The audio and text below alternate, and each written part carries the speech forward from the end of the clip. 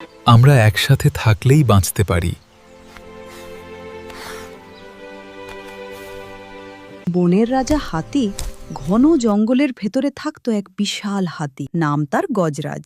শক্তিতে সে ছিল সবার থেকে বড়, কিন্তু মনটা ছিল একদম নরম।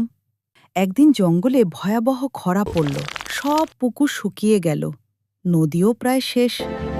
ছোট প্রাণীগুলো পানির জন্য কষ্টে দিন কাটাতে লাগল।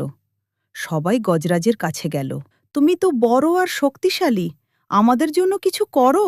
গজরাজ ভাবল, শুধু শক্তি থাকলেই হবে না, বুদ্ধিও দরকার। সে অনেক দূরের পাহাড়ের দিকে রওনা দিল।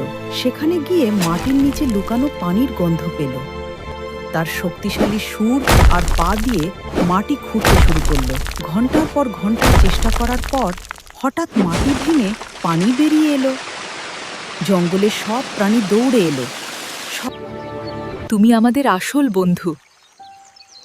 একটা ছোট খরগোশ এসে বলল, তুমি শুধু শক্তিশালী ন, তুমি আমাদের আসল বন্ধু।